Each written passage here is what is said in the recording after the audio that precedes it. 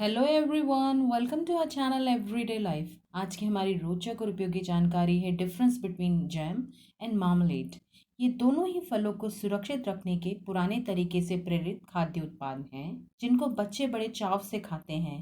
तो चलिए शुरू करते हैं। आज सबसे पहले ये जैम हमारे पास यहाँ मिश्रित फलों का जैम है। जैम एक या कई फलों के टुकड़ों को चीनी में पकाकर बनाया जाता है। अक्सर इसमें गाढ़ा करने वाला तत्व पेक्टिन भी डाला जाता है।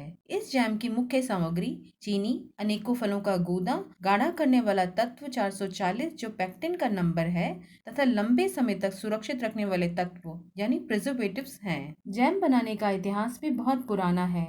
ऐसा माना जाता है कि जैम बनाने का आरंभ रोमन सभ्यता के समय से पहले ही हो गया था। उस समय फलों के गूदों को मसालों और शहद में मिलाकर धूप में सुखाया जाता था। यहाँ ध्यान देने वाली बात यह है कि पहले मीठे के लिए चीनी के बदले शहद का ही उपयोग होता था, क्योंकि 18वीं सदी से पहले यूरोप में चीनी सामान्य लोगों की पहुंच से बाहर थी। हालांकि चीनी बनाने की कला भारत में 1500 से 500 ईसा पूर्व में भी उपलब्ध थी। पहली ईस्वी में यूनानी क्वींस फल के अंदर अन्य फलों के टुकड़े भरते थे और उसे शहद से भरे जार में लगभग 1 साल तक सुरक्षित रखते थे।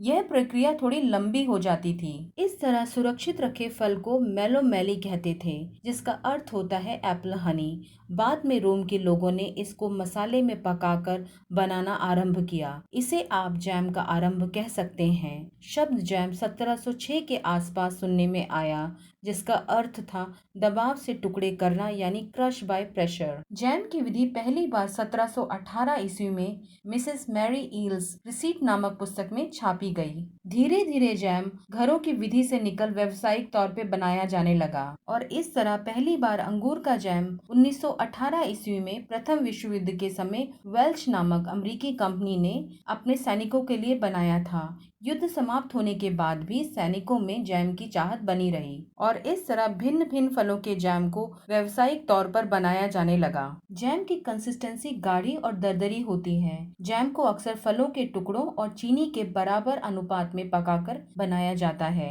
जैम में फलों के छोटे छोटे टुकड़े हो सकते हैं और यही जैम की जेली से भिन्नता है, क्योंकि जेली को अक्सर फलों के जूस और चीनी में पकाकर एकदम स्मूथ कंसिस्टेंसी में बनाया जाता है। आज भिन्न भिन्न फलों के जैम अलग अलग ब्रांड्स में हर किराना दुकान में उपलब्ध है। इस 700 ग्राम जैम का मूल्य 215 रुपए है। वैसे तो इसके समाप्त होने की अवधि 12 महीने है, परंतु इस बोतल पर दिए निर्देश के अनुसार आप इसे खोलने के बाद फ्रिज में रखें और सही स्वाद के लिए 6 सप्ताह में खा लीजिए। आज दूसरा हमारे पास है मार्मलेड। ब्रिटेन में यह एक प्रकार का जैम है जिसको संतरे और नींबू परिवार यानी सिट्रस फलों से बनाया जाता है। इसमें फलों के छिलकों को भी पतला पतला काटकर फलों के टुकड़ों और रस और चीनी के साथ पकाकर बनाते हैं। भारत में भी मार्मलेड की परिभाषा ब्रिटेन जैसी ही है। यहाँ आप संतरे के पतले पतले छिलके के टुकड़े मार्मलेड में देख सकते हैं। मार्मलेड की भी कंसिस्टेंसी लगभग जैम जैसी होती है। ब्रिटिश शब्द मार्मलेड की उत्पत्ति पुर्तगाली शब्द मार्मलेडा माना जाता है, जो लैटिन शब्द मेलोमेली का ही एक रूप है। आरंभ में मार्मलेड को जैम का ही प्राय माना जाता था, परंतु नींबू के परिवार के फलों के ही उपयोग से मार्मलेड बनने की शुरुआत 17वीं सदी में हुई। 17वीं सदी के मध्य तक मार्मलेड का अर्थ था संतरे का जैम। आज ब्रिटेन में मार्मलेड का अर्थ नींबू परिवार के फलों का जैम ही है। हालांकि यूरोप की अन्य भाषाओं में मार्मलेड शब्द का अर्थ फलों के जैम के लिए उपयोग में लाया जाता है। बाजार में नींबू, संतरा, ग्रेपफ्रूट आदि या कहें तो हर नींबू परिवार के फलों के मार्मलेड अनेकों ब्रांड में उपलब्ध हैं। यह हर किराना दुकान में उपलब्ध है। इस 200 ग्राम मार्मलेड का मूल्य 65 रुपए है। इसके समाप्त होने की अवधि 12 महीने है। इसको आप नमी, गर्मी और रोशनी से दूर संभाल कर रखें।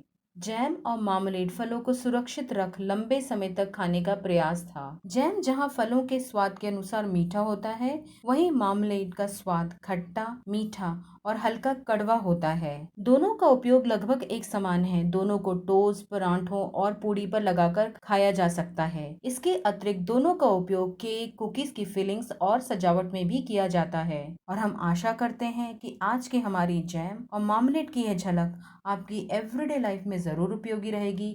Thanks for watching and keep enjoying our everyday life.